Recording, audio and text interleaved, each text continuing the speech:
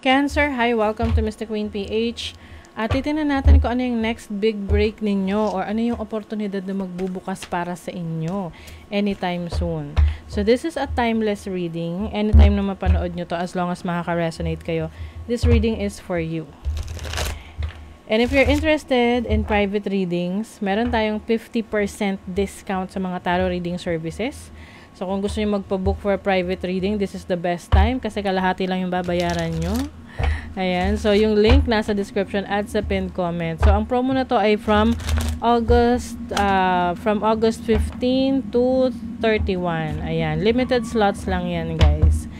So, paalala lang, Cancer, na ang reading na to ay general reading. So, maaari kayong makarelate.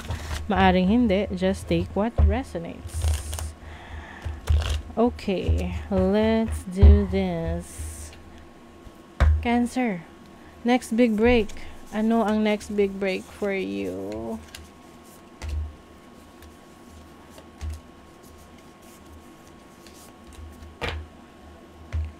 Ano ang next big opportunity for Cancer? Wow, okay. You have the 9th house. This is the house of learning, the house of exploration. So, maaring may pag-explore, exploring places, no? Yan yung magbubukas para sa inyo. Kung hindi pa kayo nakakapag-travel ng malayo, eto na yung oportunidad na yan. Lalo na kung ito ay sa ibang bansa. So, yung iba sa inyo, mga first-timer na makakapag-abroad, ayan, anytime soon.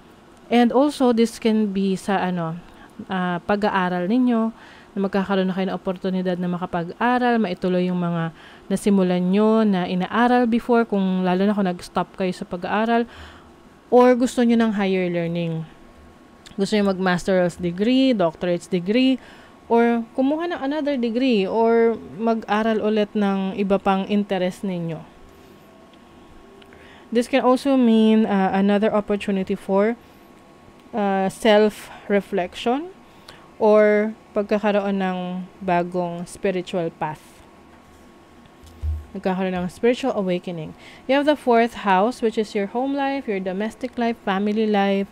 So, I think yung iba pwedeng may bagong pangyayari, bagong ganap sa family. It's either bagong member ng family, may darating. Pwedeng mag-aasawa yung kapatid mo, pinsan mo, or kamag-anak mo, sino man yan, or malapit sa'yo. Yung iba naman, bagong bahay. Pwedeng kayo ay lilipat na sa ibang bansa. Ang big break ninyo is to finally settle and migrate sa isang bansa na gusto mo talagang tirahan. Like, for good na, no? You also have the 3rd house, which is your communication, your transportation. So, yung iba, kung binabalak nyo or you've been wanting to have your own car, transportation, maaring makukuha nyo na to. Ito yung big break mo. Makakabili ka na ng sasakyan na gusto mo. Yung iba naman, this can be a short distance travel na kung dati hindi ka madalas maglalabas, nandyan ka lang sa area ninyo. Ngayon, makakarating ka na sa Luzon, Visayas, Mindanao. Ganon. And then also, meron ding opportunity rito for bonding moments sa mga kapatid mo, kamag-anak, sa family, lalo na kung kayo ay naging busy nung mga nakaraan. So you have Venus. Venus is the planet of money and also love. So, may opportunity for you pagdating sa relationship. Maaring you are going to attract the person na gustong-gusto mo. Yung iba sa inyo, kung ang gusto nyo ay foreigner. So, I see an opportunity for you na magkaroon ng foreigner person. Or, maaring may bago kang source of income. You have Uranus. This is change. Unexpected change. Unexpected change pagdating sa living situation ninyo. So, pwedeng yung iba sa inyo, maaring kayo ay magkakaroon ng bagong bahay, makakabili kayo ng properties, or lilipat sa lugar na gusto mo talagang tirhan. You have the sun. This is self-expression, vitality. So, mas lalo mong palalakasin yung pangangatawan mo. At ito yung regaining your strength. Kung kayo ay nagkasakit ng mga nakaraan or parang feeling mo lethargic ka, yung parang, di ba may gano'n na dahil hindi ka masyadong active, so parang medyo hindi ganun ka maayos na kondisyon yung pangangatawan mo. So ngayon, mas magiging active. Mag-exercise ka, gagalaw-galaw, ganyan. Mas pa lalakasin mo ang iyong sarili. Kasi yan yung magiging part ng self-love, self-care. Okay, what else? Cancer. Ano yung big break? You have the 9 of Wands. 9 of Wands is strength. Meron kang kailangang pagdaanan, no, na challenge sa buhay mo na malulusutan mo talaga to. Kasi talagang determinado ka.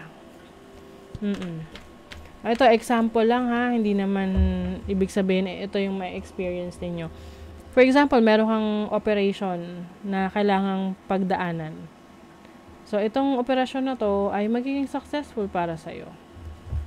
You have nothing to worry. At kung ano man yung mga pagsubok na kakaharapin mo, hindi man siya magiging madali para sa'yo, pero malulusutan mo siya. Magagawan mo ng solusyon. Champion of Swords. Meron kang yung iba sa inyo magaling kayo sa communication or sa pakikitungo sa ibang tao. Maaring mag-open to ng oportunidad sa inyo online, lalo na kung kayo ay magaling rin sa public speaking. Oracle of Wands. Oh. This is creativity. Marami kang kakayanan para mag-shine. Oo, I see you na may mga tao na makaka-recognize or will admire you, your talents, your abilities. Mag-ingat nga lang ha, kasi yung iba sa inyo, may mga haters. Meron kayong kumbaga bashers, ganyan. Kasi nga, yung iba pwedeng gusto nila na makuha yung posisyon na meron ka. Or parang feeling nila hindi mo dine-deserve. Kasi dine-deserve nila. Mother of Pentacles and the Father of Swords. Okay. When it comes to your finances, resources, kayang-kaya mong makapag-provide for your family, for your loved ones. Kung yan yung isa sa kinakatakot mo or pinag-aalala mo, I see someone na supportive rin sa'yo sa ginagawa mo, sa mga gusto mong i-pursue sa buhay.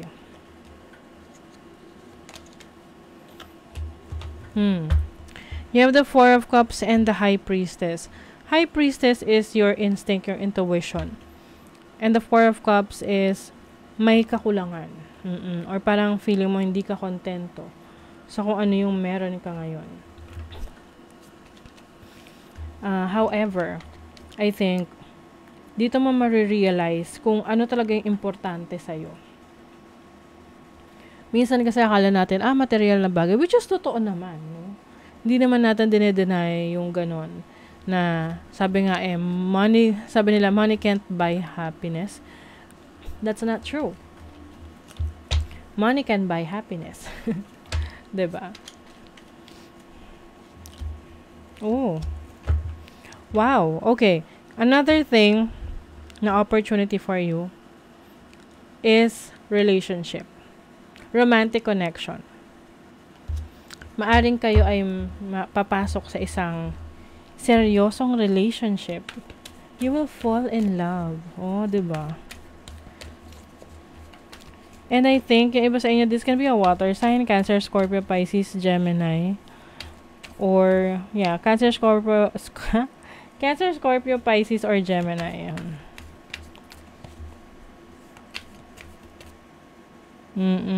Aries, Leo, Sagittarius. Balance spirituality and practicality. Siyempre, yung ating pananampalataya, spiritualidad, andyan pa rin. And also yung mga practical steps mo para ma-achieve mo yung goals mo. 'Di ba? May goal ka and then you pray for that goal, 'di ba, na ma-achieve mo. Keep your heart open. Okay. So, I think Cancer, kung kayo ay handa na for a relationship, well, handa man kayo o hindi, ito yung opportunity or next big break para sa inyo. Relationship, romantic connection. So, that is your reading, Cancer. Thank you so much. See you again.